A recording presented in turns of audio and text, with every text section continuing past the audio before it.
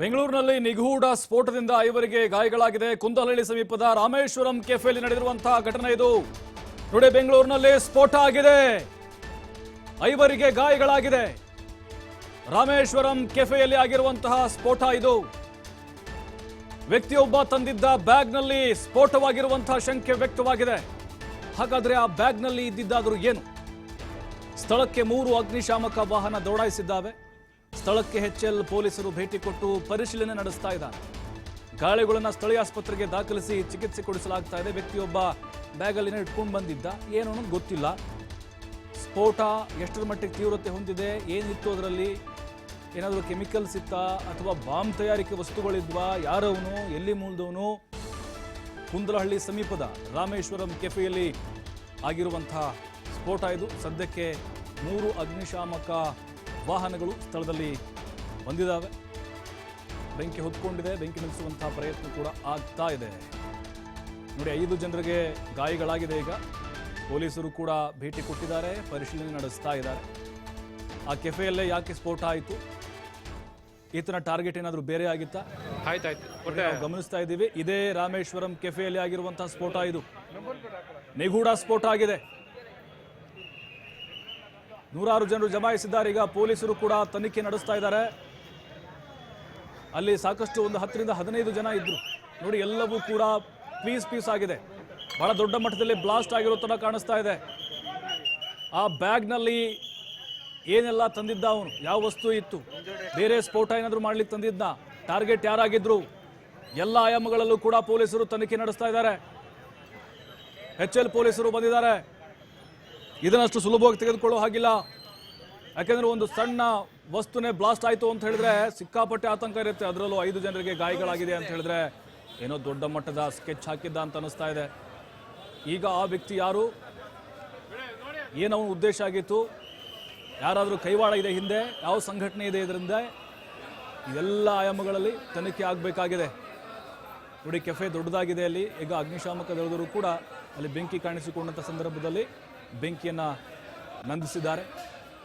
ಆ ಸ್ಫೋಟದ ತೀವ್ರತೆ ಹೇಗಿತ್ತು ಅಂತ ಹೇಳಿದ್ರೆ ಸುಮಾರು 200 ರಿಂದ 300 ಮೀಟರ್ ವ್ಯಾಪ್ತಿಯಲ್ಲಿ ಆ ಶಬ್ದ ಕೇಳಿಸಿಕೊಂಡಿದೆ. ವಸ್ತುಗಳೆಲ್ಲವೂ ಕೂಡ ನೋಡಿ ಚೆಲ್ಲಾಪಿಲ್ಲಿಯಾಗಿ ಬಿದ್ದಿದ್ದಾವೆ.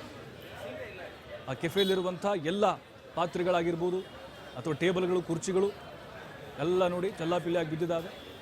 ಒಂದು ಕ್ಷಣ ಆತಂಕಕ್ಕೆ ಕಾರಣ ಆಗಿತ್ತು. ಆ ಸ್ಫೋಟದ ರಭಸಕ್ಕೆ ಜನ ದಿಕ್ಕಾಪಾಲಾಗಿ ಓಡಿದ್ರು, ಕೆಫೆಯಲ್ಲಿ ಕೂತಂಥವ್ರು. ಹಾಗಾದರೆ ಆ ವ್ಯಕ್ತಿ ಯಾರು, ಜೊತೆಗೆ ಆ ಬ್ಯಾಗ್ನಲ್ಲಿ ಇದ್ದಂಥ ಆ ಸ್ಫೋಟದ ವಸ್ತುಗಳೇನು, ಸ್ಫೋಟದ ತಯಾರಿಕೆಗೆ ಇರುವಂಥ ವಸ್ತುಗಳೇನಾದರೂ ಆಗಿತ್ತ ಅನ್ನೋದು. ನೋಡಿ, ಒಂದೊಂದೇ ವಸ್ತುಗಳನ್ನು ಕಲೆ ಹಾಕ್ತಾ ಇದ್ದಾರೆ, ಆ ಮಟೀರಿಯಲ್ಗಳನ್ನು ಪತ್ತೆ ಹಚ್ತಾ ಇದ್ದಾರೆ. ಈಗ ಯಾಕಂತ ಹೇಳಿದ್ರೆ ಈಗ ಬೆಂಗಳೂರಿನಲ್ಲಿ ನಾವು ಈ ಹಿಂದೆ ಗಮನಿಸಿದ್ವಿ, ಬಾಂಬ್ ತಯಾರಿಕೆಗೆ ಬಳಸಬಹುದಾದಂಥ ಕೆಲವೊಂದಿಷ್ಟು ವಸ್ತುಗಳನ್ನು ಇಟ್ಟಂಥ ಸಂದರ್ಭದಲ್ಲಿ ಏಕಾಏಕಿ ಬ್ಲಾಸ್ಟ್ ಆಗಿದ್ದನ್ನು ನೋಡಿದ್ವಿ. ಈಗ ಮತ್ತದೇ ಮಾದರಿಯಲ್ಲಿ ಬ್ಲಾಸ್ಟ್ ಆಗಿದೆ. ಇದೇನಾದರೂ ಟೈಮ್ ಏನಾದರೂ ಫಿಕ್ಸ್ ಮಾಡಲಾಗಿತ್ತಾ ಅಥವಾ ಆ ವ್ಯಕ್ತಿ ಆ ಕೆಫೆಗೆ ಬಂದಂಥ ಸಂದರ್ಭದಲ್ಲಿ ಏಕಾಏಕಿ ಬ್ಲಾಸ್ಟ್ ಆಗಿದ್ದ? 5 ಗಂಭೀರವಾದಂಥ ಗಾಯಗಳಾಗಿದೆ. ರಾಮೇಶ್ವರಂ ಕೆಫೆ ಇದು.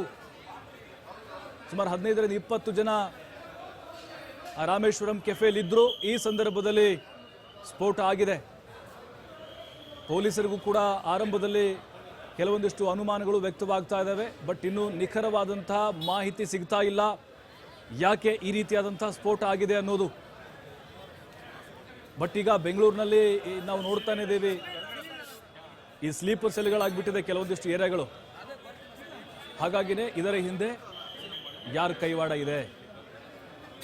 ಸಂಘಟನೆ ಏನಾದರೂ ಕೆಲಸ ಮಾಡ್ತಿದ್ಯಾ ಅಥವಾ ಯಾವುದಾದ್ರೂ ಆಯಕಟ್ಟಿನ ಜಾಗದಲ್ಲಿ ಸ್ಫೋಟ ಮಾಡಬೇಕು ಅಂತ ಆ ವ್ಯಕ್ತಿ ಸ್ಕೆಚ್ ಹಾಕಿದ್ನಾ, ಅದನ್ನ ಬ್ಯಾಗಲ್ಲಿ ಇಟ್ಕೊಂಡು ಹೋಗ್ತಾ ಇದ್ನಾ?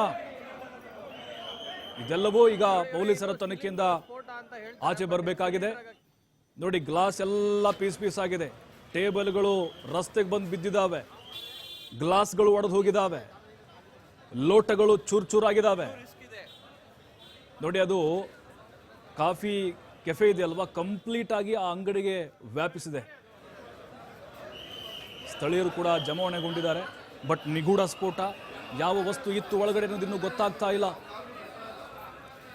ಎಚ್ಎಲ್ ಪೊಲೀಸರು ಇದನ್ನ ಗಂಭೀರವಾಗಿ ತೆಗೆದುಕೊಂಡು ತನಿಖೆಯನ್ನು ಕೂಡ ನಡೆಸ್ತಾ ಇದ್ದಾರೆ.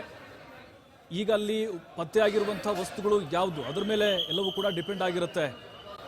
ಬಾಂಬ್ ತಯಾರಿಕೆಗೆ ಬಳಸುವಂಥ ವಸ್ತುಗಳೇನಾದರೂ ಆಗಿದ್ವಾ ಅಂತ. ಕೆಲವೊಂದಿಷ್ಟು ಈ ಹಿಂದೆ ಬೆಂಗಳೂರಿನಲ್ಲಿ ಇಂಥದ್ದೇ ಘಟನೆಗಳಾದಾಗ ಪತ್ತೆಯಾಗಿದ್ವು. ಹಾಗಾಗಿನೇ ಈಗ ಈ ರಾಮೇಶ್ವರಂ ಕೆಫೆಯಲ್ಲಿ ಆದಂತಹ ಒಂದು ಸ್ಫೋಟ ಏನಿದೆ ಅದು ಯಾಕಾಗಿದ್ದು, ಇದರ ಹಿಂದೆ ಯಾವ ಉದ್ದೇಶ ಇತ್ತು?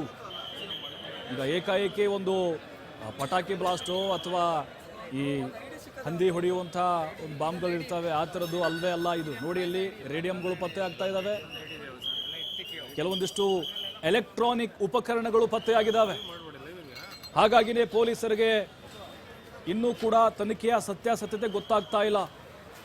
ಅಕ್ಕಪಕ್ಕದಲ್ಲಿ ಕೆಲವೊಂದಿಷ್ಟು ಕಂಪನಿಗಳಿದ್ದಾವೆ, ಶಾಲಾ ಕಾಲೇಜುಗಳಿದ್ದಾವೆ, ಅದರಲ್ಲೂ ಕುಂದಹಳ್ಳಿ ಗೇಟು ಅಲ್ಲಿ ಸಹಜವಾಗಿ ಸಿಕ್ಕಾಪಟ್ಟೆ ಜನ ಬರ್ತಾನೆ ಇರ್ತಾರೆ. ITBT ಹಬ್ ಕೂಡ ಹೌದು.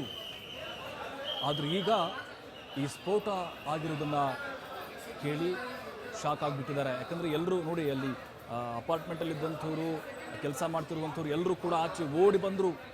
ಆ ಬ್ಲಾಸ್ಟ್ನ ಶಬ್ದವನ್ನು ಕೇಳಿ ಢಮಾರ್ ಅಂತ ಹೇಳಿ ಒಂದೇ ಕ್ಷಣ ಅಲ್ಲಿ ವಸ್ತುಗಳೆಲ್ಲವೂ ಕೂಡ ಚೆಲ್ಲಪೆಲ್ಲಿಯಾಗಿ ರೋಡಿಗೆ ಬಂದು ಬಿದ್ದಿದ್ದಾವೆ.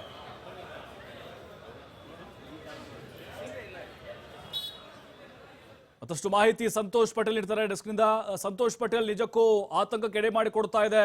ಈಗೇನಾದರೂ ಪ್ರಾಥಮಿಕವಾಗಿ ಗೊತ್ತಾಗ್ತಿದೆಯಾ ಸ್ಫೋಟಕ್ಕೆ ಬಳಸುವಂತ ಅಥವಾ ಬಾಂಬ್ ತಯಾರಿಕೆ ಬಳಸುವಂತ ವಸ್ತುಗಳೇನಾದರೂ ಗೊತ್ತಾಗ್ತಿದೆಯಾ? ಸ್ಫೋಟದ ತೀವ್ರತೆ ಹೇಗಿತ್ತು? ಪ್ರಭು, ಏನು HL ಪೊಲೀಸ್ ಠಾಣಾ ವ್ಯಾಪ್ತಿಗೆ ಬರುವಂಥದ್ದು ಈ ರಾಮೇಶ್ವರ್ ಕೆಫೆ ಏನಿದೆ, ಈ ಕೆಫೆ ಬಳಿ ಸ್ಫೋಟವಾಗಿಕೊಂಡಿರುವಂಥದ್ದು, ಭಾರಿ ಈ ಪ್ರಮಾಣದಲ್ಲಿ ಸ್ಫೋಟದ ಶಬ್ದ ಬಂದಿರುವಂಥದ್ದು. ಇದಕ್ಕೆ ಸಾಕಷ್ಟು ಜನ ಆತಂಕಗೊಂಡ್ರೆ, ಇನ್ನು ಕೆಫೆಯಲ್ಲಿದ್ದಂಥ 5 ಜನ ಗಂಭೀರವಾಗಿ ಗಾಯಗೊಂಡಿರುವಂಥದ್ದು.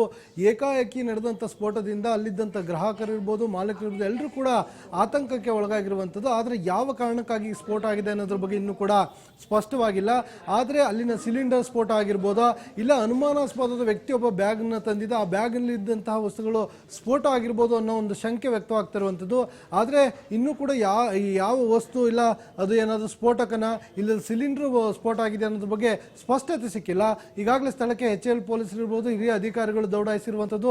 ಮತ್ತೊಂದು ಕಡೆ ಅಗ್ನಿಶಾಮಕ ಸಿಬ್ಬಂದಿಗಳು ಹೋಗಿ ಏನು ಸ್ಫೋಟದ ತೀವ್ರತೆಗೆ ಕೆಫೆಯನ್ನು ಸಂಪೂರ್ಣವಾಗಿ ಬೆಂಕಿಗೆ ಆಹುತಿ ಆಗ್ತಿತ್ತು, ಅದನ್ನು ಬೆಂಕಿಯನ್ನು ನಂದಿಸುವಲ್ಲಿ ಯಶಸ್ವಿ ಆಗಿರುವಂಥದ್ದು. ಯಾವಾಗ ಘಟನೆ ನಡೀತೋ ಸ್ಥಳೀಯಲ್ಲಿದ್ದಂಥ ಸಾಕಷ್ಟು ಜನರು ಇರ್ಬೋದು, ಸ್ಥಳೀಯರಿರ್ಬೋದು, ಮತ್ತು ಗ್ರಾಹಕರು ಇರ್ಬೋದು, ಸಾಕಷ್ಟು ಆತಂಕದಲ್ಲಿರುವಂಥದ್ದು. ಎಲ್ಲರೂ ಕೂಡ ಕೆಫೆಯ ಮುಂಭಾಗ ಬಂದು ಜಮಾಯಿಸ್ತಾ ಇದ್ದಾರೆ. ಒಂದು ಕಡೆ ಘಟನೆಗೆ ಕಾರಣ ಏನು, ಮತ್ತೇನಾದರೂ ಸ್ಫೋಟಕಗಳು ಇರ್ಬೋದು ಅನ್ನೋ ಆತಂಕದಲ್ಲಿ ಪೊಲೀಸರಿದ್ದಾರೆ. ಮತ್ತೊಂದು ಕಡೆ ಅದನ್ನು ನೋಡಲಿಕ್ಕೆ ಮುಗಿಬೀಳ್ತಾ ಇರುವಂಥ ಜನರನ್ನು ತಡೆಯುವಂಥದ್ದು ಕೂಡ ಪೊಲೀಸರಿಗೆ ಹರಸಾಹಸ ಆಗಿರುವಂಥದ್ದು. ಆದರೆ ಇದುವರೆಗೆ ಘಟನೆಗೆ ನಿಖರವಾದ ಕಾರಣ ಮಾತ್ರ ತಿಳಿದು ಬಂದಿಲ್ಲ. ಬಟ್ ದೊಡ್ಡ ಮಟ್ಟದ ಸ್ಫೋಟ ಆಗಿದೆ ಅನ್ನೋ ಮಾಹಿತಿ ಸಿಗ್ತಾ ಕೊಟ್ಟಿದ್ದಾರೆ. ಅಗ್ನಿಶಾಮಕ ಸಿಬ್ಬಂದಿಗಳು ಕೂಡ ಈ ಬಗ್ಗೆ ಪರಿಶೀಲನೆ ನಡೆಸ್ತಾ ಇರುವಂಥದ್ದು. ಸೊ ಸದ್ಯ ಏನೋ 5 ಜನ ಗಂಭೀರವಾಗಿ ಅಲ್ಲಿ ಕೆಫೆಗೆ ಬಂದಿದ್ದಂಥವ್ರು ಮತ್ತು ಅಲ್ಲಿ ಕೆಲಸ ಮಾಡುವಂಥ ಸಿಬ್ಬಂದಿಗಳಿರ್ಬೋದು, ಒಟ್ಟು 5 ಜನ ಗಂಭೀರವಾಗಿ ಗಾಯಗೊಂಡಿದ್ದಾರೆ. ಅವ್ರನ್ನ ಸ್ಥಳೀಯ ಖಾಸಗಿ ಆಸ್ಪತ್ರೆಗೆ ಚಿಕಿತ್ಸೆಗೆ ದಾಖಲು ಮಾಡಿರುವಂಥದ್ದು. ಸದ್ಯ ಪೊಲೀಸರು ಸ್ಥಳಕ್ಕೆ ಹೋಗಿ ಘಟನೆ ಬಗ್ಗೆ ಮಾಹಿತಿಯನ್ನು ಕಲೆ ಹಾಕ್ತಿರುವಂಥದ್ದು. ಸೊ ಒಟ್ಟಾರೆಯಾಗಿ ಈ ಒಂದು ಸ್ಫೋಟಕ್ಕೆ ಕಾರಣ ಏನು ಅನ್ನೋದು ನಂತರ ಅಂದರೆ ಪೊಲೀಸರ ಪರಿಶೀಲನೆ ಬಳಿಕ ಅದರ ಸತ್ಯಾಸತ್ಯತೆ ಹೊರಬರಬೇಕಾಗಿರುವಂಥದ್ದು. ಪ್ರಭು, ಅಂದರೆ ಸಂತೋಷ, ಸಹಜವಾಗಿ ಅನುಮಾನಗಳು ಯಾವ ರೀತಿ ವ್ಯಕ್ತವಾಗುತ್ತೆ ಅಂತ ಹೇಳಿದ್ರೆ, ಇತ್ತೀಚೆಗೆ ನಾವು ಗಮನಿಸಿದ್ವಿ ಬೇರೆ ರಾಜ್ಯದಿಂದ ಬಂದಂತವರು ಬೇರೆ ವೇಷದಲ್ಲಿ ಇದ್ಕೊಂಡು ಬಾಂಬ್ ತಯಾರಿಕಾ ಉಪಕರಣ ಬಳಸ್ಕೊಂಡು ಏನೋ ಸ್ಕೆಚ್ ಹಾಕಿದ್ರು ಅಂತೇಳಿ. ಹಾಗಾಗಿ ಆ ಹಿನ್ನೆಲೆಯಲ್ಲಿ ಅನುಮಾನಗಳು ದಟ್ಟವಾಗ್ತಿದೆ ಅಂತ ಅಂದ್ರೆ ಆ ಕಡೆ ಏನಾದರೂ ಡೌಟ್ಗಳು ಜಾಸ್ತಿ ಆಗ್ತಾ ಇರ್ಬೋದಾ? ಖಂಡಿತವಾಗಿ ಪ್ರಭು, ಏನಂತ ಹೇಳಿದ್ರೆ ಪೊಲೀಸರು ಎಲ್ಲ ಆಯಾಮಗಳಲ್ಲೂ ಕೂಡ ತನಿಖೆಯನ್ನು ಮಾಡಬೇಕಾಗತ್ತೆ. ಆ ಸ್ಫೋಟವನ್ನು ಆದ ಹಿನ್ನೆಲೆ ಅದಕ್ಕೆ ನಿಖರವಾದ ಮೊದಲು ಕಾರಣವನ್ನು ತಿಳ್ಕೊಬೇಕಾಗತ್ತೆ. ಸ್ಫೋಟ ಹೇಗಾಗಿದೆ ಅಂತ, ಯಾರಾದರೂ ಬಂದು ಸ್ಫೋಟವನ್ನು ಮಾಡಿರುವಂಥದ್ದ, ಇಲ್ಲ ಏನಾದ್ರು ಸ್ಫೋಟಕಗಳನ್ನು ತಂದಿಟ್ಟು ಅಲ್ಲಿಂದ ಎಸ್ಕೇಪ್ ಆಗಿದ್ರಾ, ಹಾಗಾಗಿ ಅವು ಸ್ಫೋಟ ಆಗಿರುವಂಥದ್ದ, ಇಲ್ಲ ಅಂದ್ರೆ ಅಲ್ಲಿನ ಸಿಲಿಂಡರ್ ಸ್ಫೋಟ ಆಗಿರುವಂಥದ್ದ, ಇಲ್ಲ ಬೇರೆ ಏನಾದರೂ ಕಾರಣಕ್ಕೆ ಶಾರ್ಟ್ ಸರ್ಕ್ಯೂಟ್ ಈ ಥರ ಆಗಿ ಯಾವ್ದಾದ್ರು ಸ್ಫೋಟಗಳಾಗಿರ್ಬೋದಾ, ಈ ಎಲ್ಲ ಆಯಾಮದಲ್ಲೂ ಮೊದಲು ತನಿಖೆಯನ್ನು ಮಾಡಬೇಕಾಗತ್ತೆ. ಅಗ್ನಿಶಾಮಕ ಸಿಬ್ಬಂದಿಗಳು ಒಂದು ವರದಿಯನ್ನು ಕೊಡಬೇಕಾಗತ್ತೆ. ಅದರ ಜೊತೆಗೆ ಬಾಂಬ್ ಸ್ಕ್ವಾಡ್ ಕೂಡ ಸ್ಥಳಕ್ಕೆ ಹೋಗಿರುತ್ತೆ. ಸೊ ಇವೆಲ್ಲವನ್ನು ಪರಿಶೀಲನೆ ಮಾಡಿದಂಥ ಒಂದು ನಿರ್ಧಾರಕ್ಕೆ ಬರ್ತಾರೆ. ಅಲ್ಲಿ ಸಿಗುವಂತಹ ಸ್ಫೋಟಗೊಂಡಿರುವಂತಹ ವಸ್ತುಗಳೇನಿರುತ್ತೆ ಇವೆಲ್ಲವನ್ನು ತೆಗೆದುಕೊಳ್ತಾರೆ. FSL ಏನು ಅಧಿಕಾರಿ ಸಿಬ್ಬಂದಿಗಳು ಬಂದು ಅವೆಲ್ಲವನ್ನು ಪರಿಶೀಲನೆ ಮಾಡ್ತಾರೆ. ಆಗ ಸ್ಫೋಟಕಗೊಂಡಿರುವಂತಹ ವಸ್ತು ಯಾವುದು, ನಿಜಕ್ಕೂ ಸಿಲಿಂಡರೇ ಸ್ಫೋಟ ಆಗಿದೆಯಾ, ಇಲ್ಲ ಯಾರಾದರೂ ಬಂದು ಸ್ಫೋಟಕಗಳನ್ನಿಟ್ಟು ಸ್ಫೋಟವನ್ನು ಮಾಡಿದಾರಾ, ಮಾಡಿದ್ರು ಅದೇ ರಾಮೇಶ್ವರ ಕೆಫೆಯಲ್ಲೇ ಯಾಕೆ ಮಾಡಿದ್ದಾರೆ, ಅದನ್ನು ಆಯ್ಕೆಯನ್ನೇ ಯಾಕೆ ಮಾಡ್ಕೊಂಡಿದ್ದಾರೆ, ಮತ್ತು ಆ ಆತ ಬಂದಿರುವಂಥ ಹಿನ್ನೆಲೆ ಏನು, ಎಲ್ಲಿಂದ ಬಂದಿದ್ದಾನೆ, ಆ ಸ್ಫೋಟಕಗಳನ್ನು ಎಲ್ಲಿಂದ ತಂದಿದ್ದಾನೆ, ಈ ರೀತಿಯಾಗಿ ಹಲವು ಆಯಾಮದಲ್ಲಿ ಪೊಲೀಸರು ತನಿಖೆಯನ್ನು ಮಾಡಬೇಕಾಗತ್ತೆ. ಒಂದು ವೇಳೆ ಅದು ಸ್ಫೋಟಕ ಆಗಿದ್ರೆ ಅದಕ್ಕೆ ಕಾರಣ ಆಗಿರೋ ವ್ಯಕ್ತಿಯನ್ನು ಬಂಧನ ಮಾಡ್ತಾರೆ. ಮತ್ತೊಂದು ಕಡೆ ಹೋಟೆಲ್ನ ಸಿಲಿಂಡರ್ಗಳೇನಾದ್ರು ಬ್ಲಾಸ್ಟ್ ಆಗಿದ್ರೆ ಅದಕ್ಕೆ ಕಾರಣ ಏನು, ಹೋಟೆಲ್ ಸಿಬ್ಬಂದಿಗಳಿರ್ಬೋದು, ಮಾಲೀಕರಿರ್ಬೋದು ಮುಂಜಾಗ್ರತಾ ಕ್ರಮವನ್ನು ಏನು ತೆಗೆದುಕೊಂಡಿರಲಿಲ್ವಾ, ಅಲ್ಲಿ ಕೆಲಸ ಮಾಡುವಂಥ ಸಿಬ್ಬಂದಿಗಳ ಬಗ್ಗೆ ಕಾಳಜಿ ಇರಲಿಲ್ವಾ, ಈ ಆಯಾಮದಲ್ಲೂ ಕೂಡ ಪೊಲೀಸರು ತನಿಖೆಯನ್ನು ಮಾಡ್ತಾರೆ.